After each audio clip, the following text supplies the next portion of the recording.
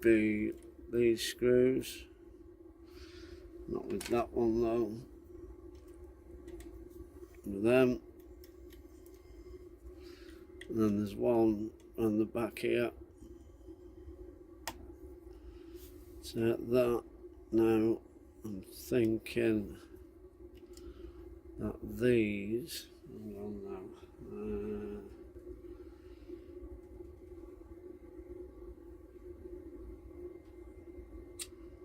thinking now, because there's a screw under there now.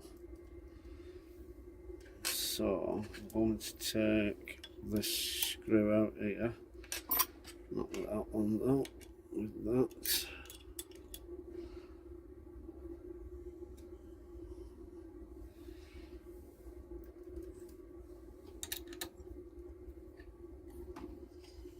So that's going to cause that to open up, so I just need to counteract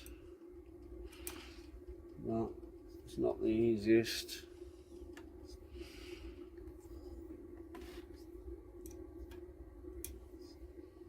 To hold. That's quite a long screw, is that?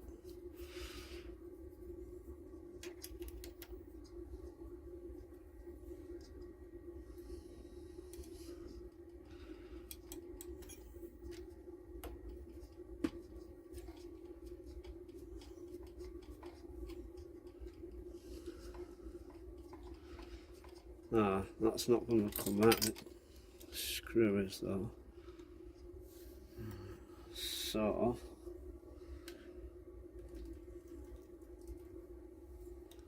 that's loose. So that comes out complete with the bearing. Now then, let me take this one out.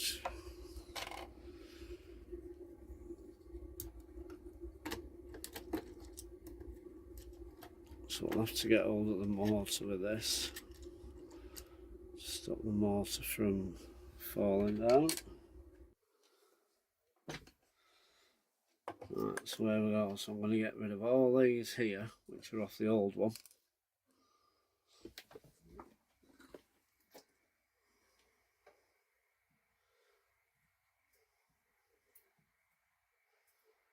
So I'll bring all the new stuff over.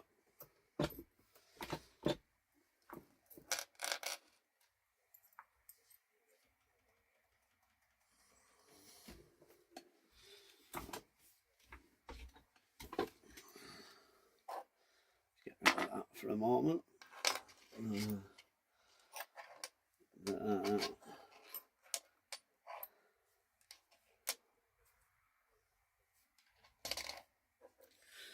Right, so let's get that on there, that on there, then we can put, where is it, that on there,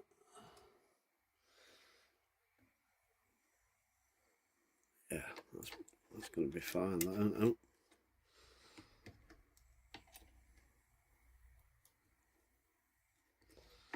That won't bottom out, that'll be absolutely perfect. So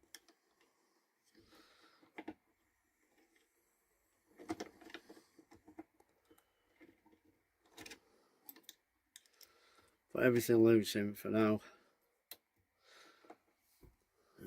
Get that one in. Just start this one off as well.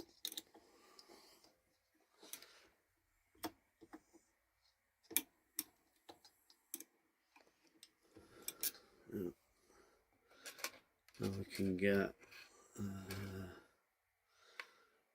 a look now.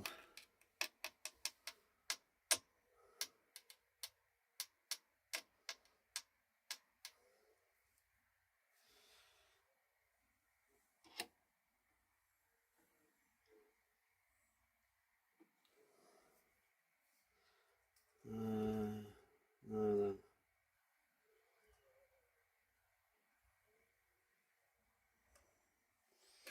What we've got left now, we've got these. these.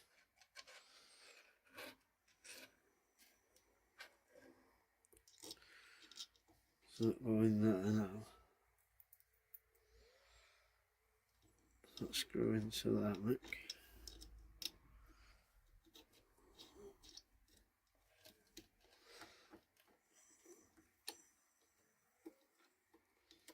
Yeah, that screws in there. I think that insert goes into that spring.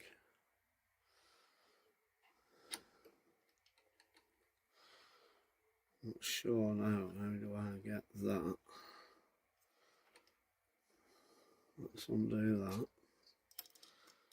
Let's undo that so it's flush. Let's use the right Allen key.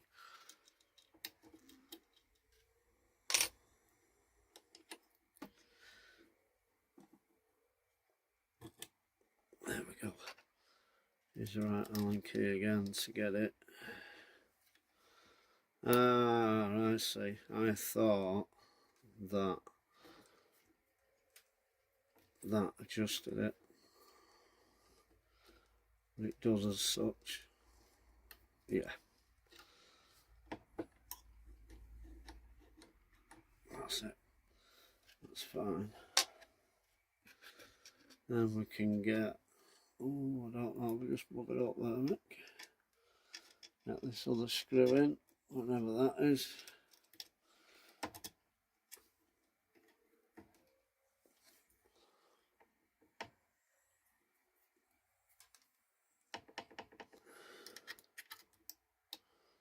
Yeah, I need to take this out again.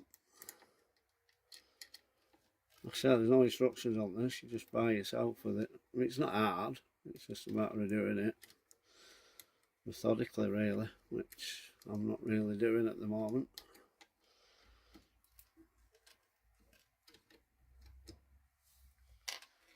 Take that out so you can get that screw in, otherwise you're struggling a bit.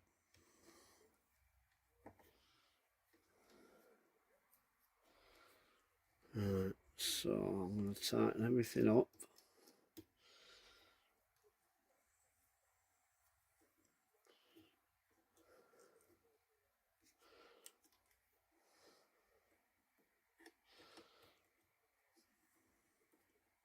I take that spring out again so that I can get to that other screw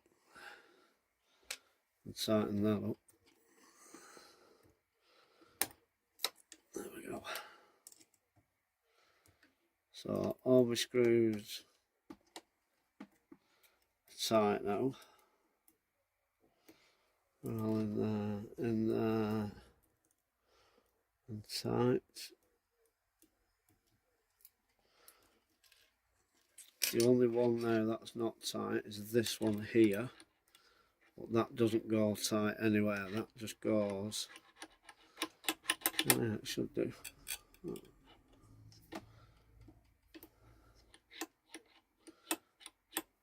Just so that moves. You don't want it too tight that it's locking everything up, because that is essentially your pivot point.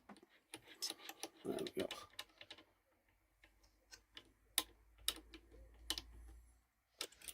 Let's see if that'll go a little bit more.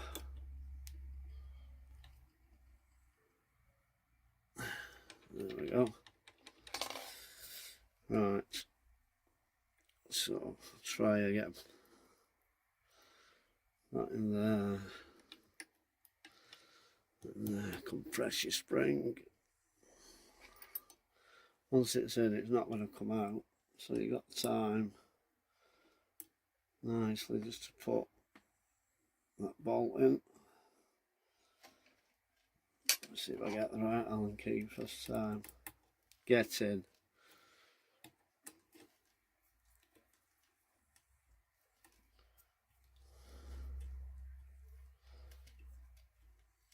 Right. I think that's it, Mick. Plug everything back in.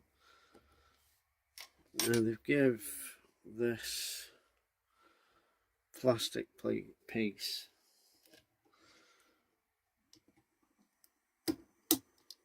to grip onto your board and tube. Rightly or wrongly? I don't know, let's see. Oh yeah, it does the job. And then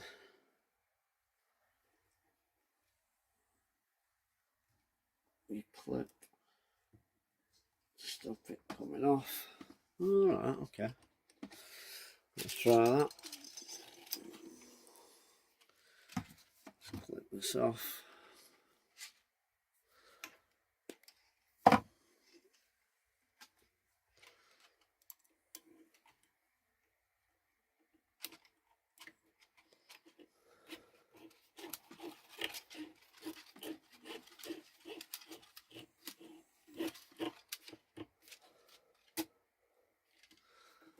Yeah, that looks alright, does that actually?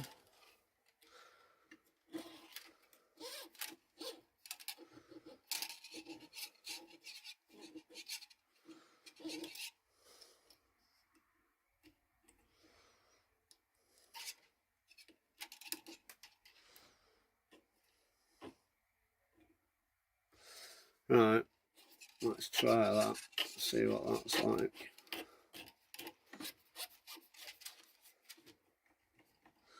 That spring's fine, that ain't coming off. Right, that is, that's it really. It's nothing, there's nothing hard and fast about it. Excuse me a minute.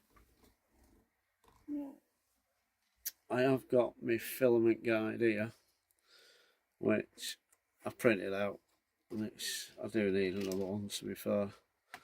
Well, that just keeps it away from me, from the tube, from the lead screw. So I'm going to put this lot back because everything's tight, everything's done. Let me spin it round and zoom out.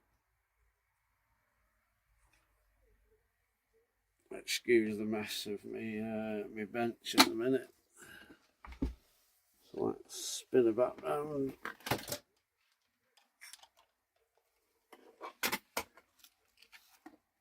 While I've got it there, actually, what I am going to do, and I'll just take it off. Stand for a minute.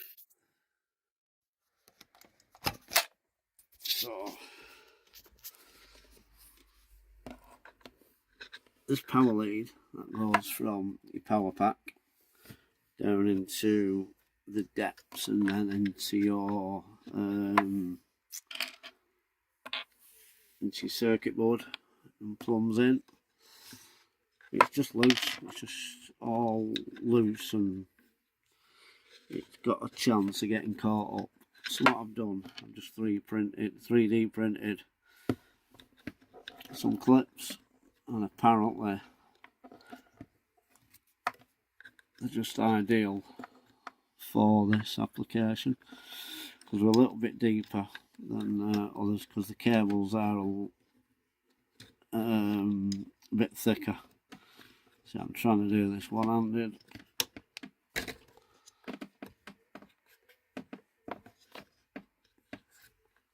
Yeah, that's it actually. They're quite good actually, and they're a really good fit. So one either side of that. Perfect. And then I printed 4 out. I don't really need 4, but I printed the 4 out just in case any of them broke. It works out alright actually then. Yeah, they're a really good fit then. They're not nipping the cables are still loose, but they're just keeping it, especially here. You don't want that jack moving and then breaking, you know, you don't want it opening up. So that's a good little like that. So what I have done, so I'll glue that back on. So I've got the little modifications I've made on this, for me, there's a little holder there for me scraper. Just see me fit them on. I've made a little wheel for that, just so that I can see it moving off and then moving back and feeding through. So there's that. I'll glue that back on in a minute. I've also started to make some of these slot covers. I've made an end knob for the Z-axes.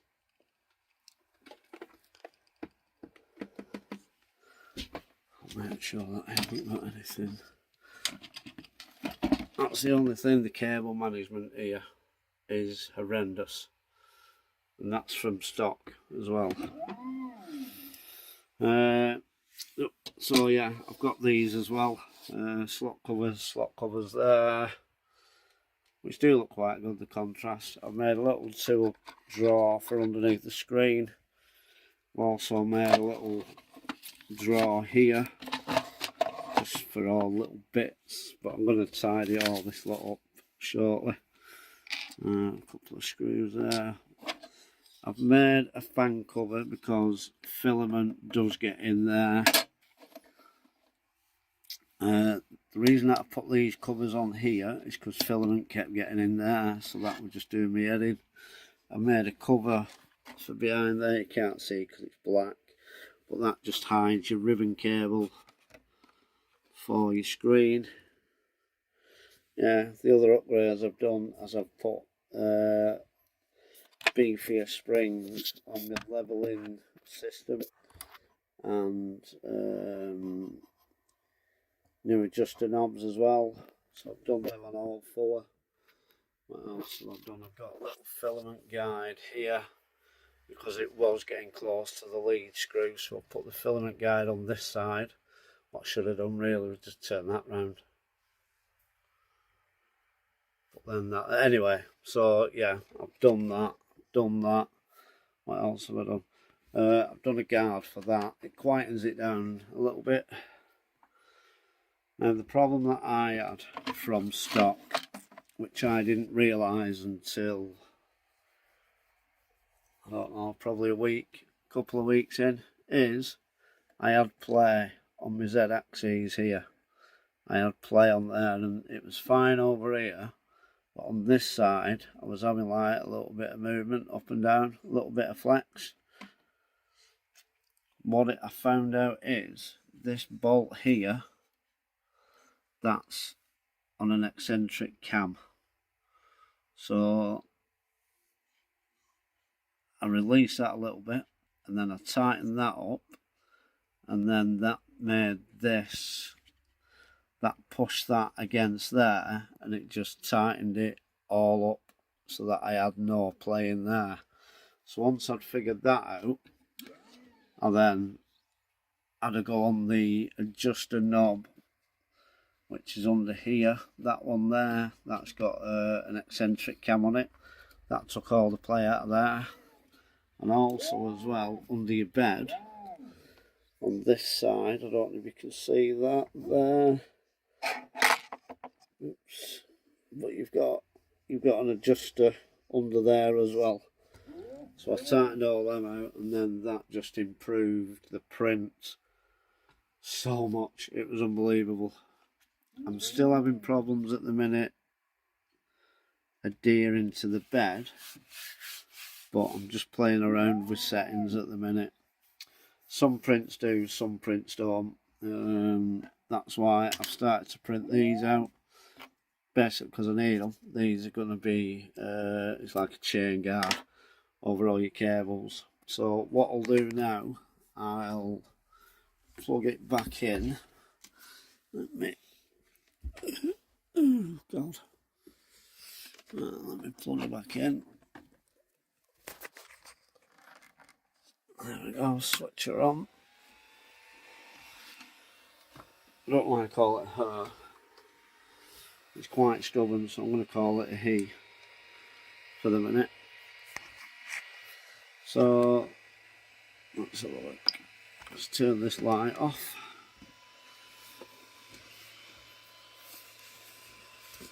Where's that gone? There it is. Right. So this is the menu on my Ender 3. Let's go down to print from card. Now, cable chain. There we go. That's what I want to do. Print. Now I did mess up when I was slicing it. I didn't have my temperatures turned up. So I'm just going to tune this. The bed, I'm going to have that at 55.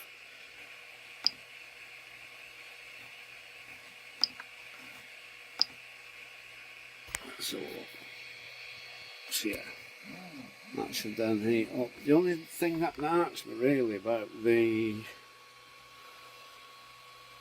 this is that fan there is constantly running. As soon as you turn it on, it's running. You'd think that that fan there, which is for your hot end to cool that down, you'd think that would come on when it reaches, a bit closer, when it reaches a certain temperature on your nozzle, wouldn't you? You've got this fan here, that cools your print off. Yeah, that cools your print off. Or your filament as it's on the bed. Oh, that's another mod that I've made as well. And, can I get this? Yeah, let's get this up. That's still heating up at the minute.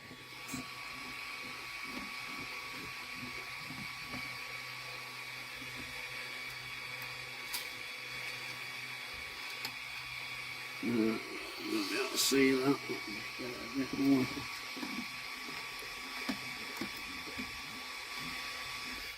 Well, it's still, yeah, the extruder's just starting to heat it up now. So, let me see this.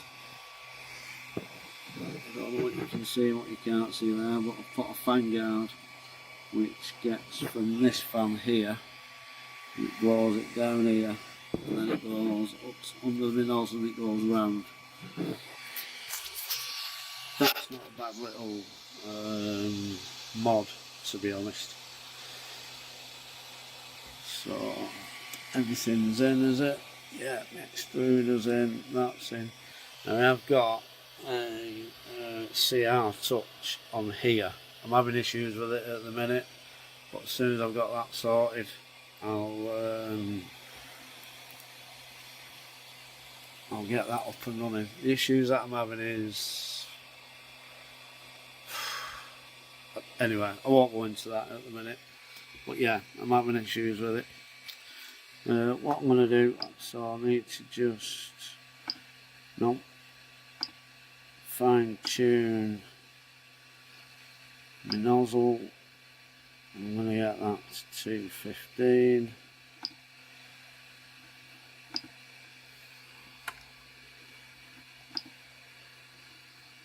Because I'm using PLA, and that's your recommended temps from 195 up to 220. I found that it's been a little troublesome.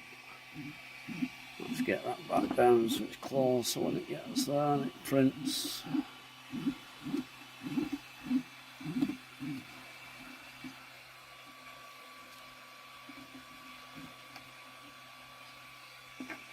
Right, so what we're up to, 215, bed's nice and warm. Oh, and I've got a magnetic bed as well on there. I've got rid of the stock one.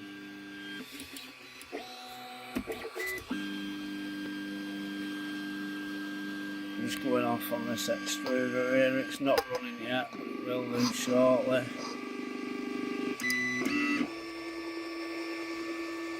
Yeah, that's running through. It's doing perfect. It's coming out. It's just priming it.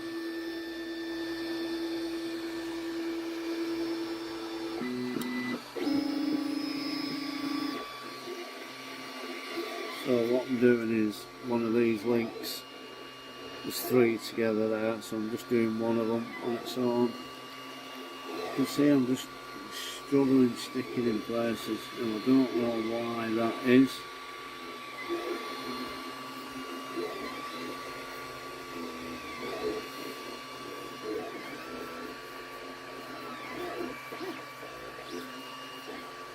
So yeah, I think these take about 15-20 minutes to print out. I could do it quicker, but yeah.